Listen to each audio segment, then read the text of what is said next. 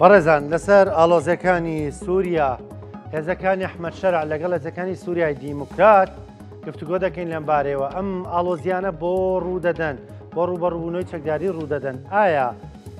ئەکرێ بڵێین دەچنە خۆناغێکی مەترسیدارترەوە و ئایا ئەحمەد شەرع بڕوای بەوە هەیە کە دان بە کووردا بنێ وەکو نەتەوە بە شێوازێکە مافەکانیان دەستەبەر بکرێ گفتوگوین پرس و باس و بابەتان ناکەین لەگەڵ زۆر بەڕێز کاک سەرتیب جەوەر چاودێری سیاسی کاک سەرتیب سڵاوت لێبێ ئەم کاتت باش سپاس دەکەم سپاس بۆ بەشداریکردنە لەگەڵمان بە بڕوای تۆ ئەم ئاڵۆزیانە بۆ ڕوودەدەن لە چیەوە سەرچاوە دەگرن ئایمانە هێزی فەرمی حکوومەتی سووریان کێرش دەکەنە سەر هێزەکانی سووریا دیموکرات پێم وایە ئەم بارودۆخە کە بە پسری پەلاماری هێزەکانی سووریا دیموکرات دەدرێیان گرژی لەو ناوچانێک کە لە هەواڵەکانیش باس کرد پەیوەندی بە دوو بارودۆخەوە هەیە یەکەمیان تەدەخلی ئیقلیمیە کە ڕەنگە تورکیا فشار لە دیمەشق بکات نەوەک لە جمجۆڵی سەربازی دیش بە هێزەکانی سووریا دیموکرات و بکات و ئەوەی دووەمینیشیان دانوستانەکانی نێوان ڕۆژاوای کوردستانیان ئەوەی کە پێی دەگوتی ڕێبەری خۆسەر لەگەڵ دیمەشق تقریبن بە بنبەست گەیشتون هەتا لەم چەند ڕۆژی ڕابردوو قرار بوو لە دیمەشق دانوستانێک بە ڕێوە بچێ یان هەوڵێک بۆ بەگەڕخستنەوەی دانوستانەکان بەڕێوە بچێت دیار بۆ ئەوی شکستی خوارد ئەو جەماعەتی ئەحمەد شەرع ئامادە نەبوون دابنیشن بۆیە ئەمە ڕەنگە ینی سەرەتایەک بۆ گرژیەک کە پێشبینی دەکرێت بۆ کۆتایی ئەم ساڵ ینی تا کۆتایی ئەم ساڵ زیاتر پەرە بسێنێت و ڕێککەوتنێک هەیە لە نێوان ڕۆژئاوای کوردستان یان ڕێبەری خۆسەر لەگەڵ دیمەشق کە لە 11 ئازار ئیمزا کراوە لە نێوان هەردوو ینی سەرکردەی ئەوێ هەم مەزلوم عەبدێ و لەگەڵ ئەحمەد شەرع دەبێت بۆ کۆتایی ساڵ یان تا نهایەتی ئەم ساڵە جێبەجێ بکرێت کە جێبەجێ نەکراوە پێ دەچێت دیمەشق بێئومێد بێت لە جێبەجێکردن بێوێت فشاری سەربازی لە ڕۆژئاوای کوردستان بکە ئەوانەی کە پەلاماری ڕۆژئاوای کوردستان یان هێزەکانی سووریا دیموکرات دەدەن ئەمانە بێگومان هێزی نیزامی نین و لە سووریا ئەسڵەن هێزی نیزامی نییە ئێستا حکوومەتی لە سووریا هەیە یان ئەو دەسەڵاتدارەتی ئێستا لە دیمەشق و لەو ناوچانەی کە ئەحمەد شەرع کۆنتترۆلی کردووە هێزی سەربازی نیزامی لێ نییە بەڵکو کۆمەڵە گروپی چەکدارن هەریەکەیان لە ناوچێکی دیاریکرا و بەرپرسیارەتی ئەمنی پێش پێدراوە و ڕۆلی حکوومەتداری دەژێڕن و ئەم گروپانە لە یەکتر جیاوازن بەڵام کەڤەر کراوە بە وەزارەتی بەرگری چەکی سوچیان لایە ڕەنگە چەکی مامناوەندیشیان لابێت هیچی تریان لا نییە و لە دەرەوەی نیزام کار دەکەن و حتا هێزەکانی ناوخۆش وەکو پێویست ڕێک نەخراون تا ئێستاکە یعنی بنکەکانی پۆلیس و ئەوەی کە پێ دەگوترێت ئەمن وەکو پێویست ڕێک نەخراون زیاتر ئەو گروپە چەکدارانە ڕۆڵ دەجێڕن و ئەو ناوچانەی تا ئێستاش گرژی لێبووە کەوتوتە ڕۆژئاوای فورات ینی لە ڕۆژهەڵاتی فورات نییە ڕەنگە هەندێک جار لە دێرە زۆر زیاتر بەریەکەوتن دروست بێ بۆ چووکە شارەکە ناوەندی شارەکە وەکو ناوەندی پارێزگا کەوتوتە ڕۆژئاوای فورات گوندەوار و یانیەوەی کە پێ دەگوتی ئەریافی دێرە زۆر کەوتوتە ڕۆژهەڵاتی فورات لەوێش زیاتر ڕوبەڕوونەوە ڕوودەدە بۆ چونکە گروپێک چەکداری لێ و کاتی خۆشی لەوێ کێشە و گرفت هەر هەبوو لە ڕێی ئەو گروپە عەشایریانە و ئێرانیەکان لەوێ دەوریان هەبوو و ئەوان هانی ئەو گروپە عەرەبیانیان دەدا یان ئەو عەشایریانیان دەدا پەلاماری هێزەکانی سووریا دیموکرات دن. زۆر باشە کاک سەرتیب بێنە سەر باسێک ئەم هەڵبژارنانە شەرعیەتی نێودوڵەتی هەیە تۆ چەند پارێزگایەکی خۆت چەند پێکاتەیەکی خۆت پەراوێز بخەی ینی لە سەرەتای ڕوخانی ڕژێمی ئەسەد لە کۆتایی ساڵی ڕابردوو هەتا ئێستا هەموو ئەو هەنگاوانەی ئەحمەد شەرع ناوێتی بۆ گواستنەوەی دەسەڵات لە دەرەوەی با بڵێن گواستنەوەیکی تەقلیدی و عادیلانە و دیموکراتیانەیە بۆ دەسەڵات ینی مەسەلەن ئەنجومەنێکی لیژنەیەکی پێکەنا بۆ نووسینەوەی دەستور بە دەربوو لە هەموو پێکاتەکان تەنانەت سونەکانیش وەکو پێکاتی سونە لایەنی سیاسی سونە بەشدار نەبوون حتا ژنی تێدا نەبوو جگەلەوەی کە کورد و دروز و عەلەوی غایبن لەم لیژنەیە ڕەنگە کەسێکیان دانای بۆ نمونە بە ناوی کورد وەڵامەوە کورد نییە ڕەنگە کوردیش نەزانێت. دووەم ئەو دەستوری کە نووسیانەوە دەستورێک بوو ینی هیچ ڕنگدانەوەی پێخواستی پێکاتەکانی سووریای تێدا نەبوو و ڕنگدانەوەی خواستی کەمینە و هەتا ژن و دیموکراتیانە نەبوو. ئەمە جگەلەوەی کە دوای ئەوە حکوومەتی دروست کرد دیسان ئەم حکوومەتە هەر خۆی دروستی کرد و لە دەرەوەی سیاقی حکوومەتی کاتی لە دەرەوەی سیاقی دیموکراتی خۆی کۆمەڵی کەسی دەستشان کرد وەکو وەزیر و خۆشی خۆی کردە وەزیر تەنان ئەوە سەرۆک کۆمار تەنانەت ئەو ڕۆژێک کە خۆی کردە سەرۆک کۆمار ئەو وێنانەی کە جیران ڕێوێنەکان ڕوبەڕووی خەڵکانە نەبوون کە دانیشتبوون ژنی تێدا نەبوو یان لە دواوە جیراوبوون بۆ چکاوانی کە دانیشتن زۆربیان سەرکردە و یان بەرپرسی ئەو گروپە چەکدارە نەبوون کە بەشدار بوون لە ڕووخاندنی ڕژێمی ئەسەد و ینی ئەو شێوە تەقلیدیە کە لە هەموو وڵاتێک لە هاو لە ناو هەموو ملتان کە دروست دەبێت بۆ ینی ئەو هەنگاوانەی دەگیرێتە بەر بۆ گواستنەوەی دەسەڵات کە بریتە لە پێکەنانی ئەنجومەنێکی سەرەتایی یان ئەنجومەنی بڕیاردان لە سەرەتا بە مەفروزە هەموو پێکاتەکان تێدا بەشدار بن دوای ئەوە بڕیاری هەڵبژاردن دەدرێت کە هەڵبژاردن دەکرێت دەستور دەنووسرێتەوە ئەو دەستورە دەخرێتە ڕاپرسیی گشتی نە ئێستا ئەم هەڵبژاردنی کە دوێنێ کراوە هەڵبژاردنێک کە لە دەرەوەی هەموو سیاقێکی دیموکراتیە ئەسڵەن خەڵکی سووریا بەشدار نەبووە وەکو ئەفراد ینی هەستاون هەند کۆمەڵێک ئەنجومەنی هەڵبژاردنیاندانەوە بە ناوی ئەنجومەنی هەڵبژاردن خۆیان تەعینیا کردوون هاتوونە سەر سندوقی دەنگدان گوایە ژمارەیان لە نێوان 5 بۆ 6,000 کەسێکە و بۆ هەڵبژاردننی چەند کەس لە کۆی 210 کەس 140 کەسی هەڵبژاردە گوایە ئەو 5-6,000 کەسە کە ئەسڵەن نوێنەراتی خەڵکی سووریا ناکەن و لە سەدا 30 ئەندامانی پەرلەمانی سووریا ئەحمەد شارع خۆی ڕاستە خۆ هەڵدەبژێرێ تەماشاکات لەلایەک تەواوی ئەو ئەنجومەنانی کە گوایە ئەنجومەنی هەڵبژاردنن 100% لەلایەن هەر ئەو گروپانە دانراون خەڵکی سووریانین سەدا 30شی لەلایەن چێ دانراوە لەلایەن ئەحمەد شارع خۆی دانراوە ئەندامانی ئەوەی کە پێی دەگوترێ پەرلەمان ئەمە دیوێکیان دیوەکەی دیکەیان بریتێ لەوە ینی نە کورد تێدا بەشدار بووە یان نا ڕۆژهەڵاتی فۆرات لەم پرۆسەیە بەشدار بووە نە دروزەکان تێدا بەشدار بوون نە هیچ حیزبێک سیاسی ڕکابەر هەبووە لە ناو پرۆسەکە نەعەلەویەکان ئەرزیەتی بەشداریان هەبووە ینی هەموو ئەو ڕێکارانەی ئەو هەنگاوانەی ئەحمەد شەرع لە ماوەی 8 دیسەمبەری 2024 هەتا ئێستا گرتوویەتی بەر هەموو ئەو بڕیاران دەری کردووە ئەوەی کە گوایە بۆ گواستنەوەی دەسەڵاتی کاتێتی لە دەرەوەی دیموکراتی بووە لە دەرەوەی دیموکراتیە ئێستا ئەزمموی ڕژێمی بەعەس دووبارە دەکاتەوە لە سووریا بەڵام بەخراپتر یعنی تەماشاکە لە سەردەمی ڕژێمی بەعەس هەڵبژاردن دەکرا بەڵام نەتیجەکە دیار بوو 1999ەوە بەشار ئەسەد بوو ئێستا ینی پرۆسەی هەڵبژاردنەکە وەکو میکانیزم ئەویشی خراپە ینی کە کراوە ینی لە باتی ئەوی خەڵکی سووریا بەشدار بن کەمینەیەکی زۆر دیاری کرا و گوایە 5-6,000 کەسێکن بەشداریان تێدا کردووە و ڕێگە بە هیچ کەسێک نەدراوە بەشداری بکە غێری ئەو جەماعەتانە خۆیان نەبی و 100% ئەو کەسانی کە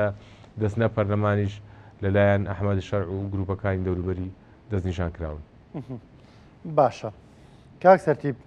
ئەمە سووریا بەکوێ دەگەێنێ ئایا یعنی هەروە دەکرێت کورد پەراوێز بخەی پێکاتەکانی دیکە پەراوێز بخەی هەندێک کەس مەترسیان هەیە کە ئەمریکا دەستبەرداری پشتیوانەکانی بێ بۆ کورد بە تایبەت ئایا هیچ ئاڵوگۆڕێکی سیاسی تۆوەکو چاودێرێکی سیاسی هیچ ئاڵوگۆڕێکی سیاسی هەست پێ دەکەی لە سەراسی نێودوڵەتی ینی هەندێک کەس لێرە و لەوێ بە چاوێکی تیۆری موامەرە و خێنەوە بۆ شتەکان دەکەن دەڵێن کورد ڕەنگە فرۆشراوێ لە بەرامبەر شوێنێکی دیکەدا بە تورکیا بە سووریا ینی وەکو چاودێرێک حەزەکەم ڕای تۆ بزانم تاری بەر لە هەموو شتێک ئێمە نابێت پشت یان متمانە بۆ بکەین کە ئەمریکا یان ئەوروپا ئەو شعار دروشمانی کە بەرزیان کردوتەوە لە ماوەی ڕابردوو پەیوەندی بە مەسەلە دیموکراسی و ئازادی بۆ گەلانی سووریا و هەیە بتوانەمە نابێت متمانە بۆ بکەین چونکە سیاسەتی ئەوان بەنیان دراوە لەسەرسی لەسەر بەرژەوەندی وڵاتەکان خۆیانەوە لەکوێ بەرژەوەندیان هەبوو دەست لە ناو دەستی ئەحمەد شەرع دەنێن کە خۆیان بە تیرۆریستیان زانیوە و بڕیاریان لەسەرداوە و مکافەیان دیاری کردو بۆ ئەو کەسێکە بیگرێت ئێستاکە دەستی ناو دەست دێنن پێی دەگوترێن ترامپ پێی گوتو پیاویشی ئازای. ئەمە خاڵی یەکەم. خاڵی دووەمیان لە ماوەی دوای ڕوخانی ئەسەد یعنی هەشتی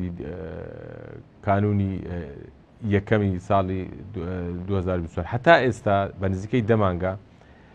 سیاسەتی ئەوروپا و ئەمریکا زۆر وازح نییە. ئەمریکا سەرەتای ڕوخانەکە زۆر پشتیوانی ئەسەدی کرد تا ئەو کاتێکە ینی نوێنەری تایبەتی ئەمریکا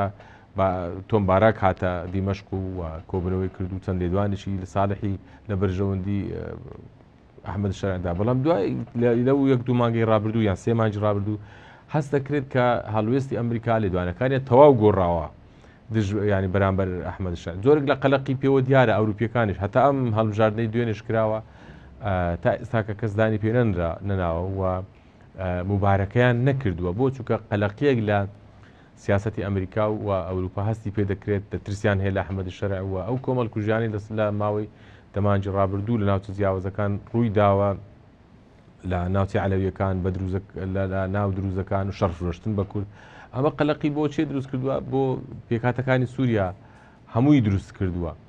بۆ ئێستاکە پێم وایە ئەمریکا و ئەوروپا بە جۆرێک لە دڕدۆنجی تەعامل لەگەڵ دیمەشق دەکەن، مفاوەزاتی لەگەڵ دەکەن، گفتوگۆی لەگەڵ دەکەن بۆ ئەوی لە تورکیا دوور بکەوێتەوە. دایانەوێت ینی ئەوەی دەتوانن بەدەستی بێن لەم قۆناغەدا. بەڵام من پێم وایە بە نەتیجە ئایدۆلۆجیای ئەو گروپی هاتن حکومڕ ئێستا هاتن حکومڕانی دیمەشق دەکەن و تەدەخولی ئیقلیمی دەبێتە ڕێگریی گەورە لە بەردەمەوەیکەوە ئەمریکا بە تەواوی پشتیوانی ئەحمەد شەرع بکە لە داهاتوودا بۆ چونکە سەقامگیر نییە. ینی دائیمەن ئەحمەد شەرع وەکو قوڵایی استراتیژی تەماشای تورکیا دەکا و شێوەی بیرکردنەوە و سروشتی ئەو گروپە چەکدارانی کە لەگەڵ ئەحمەد شەرع ڕێگرە لەوەیکەوە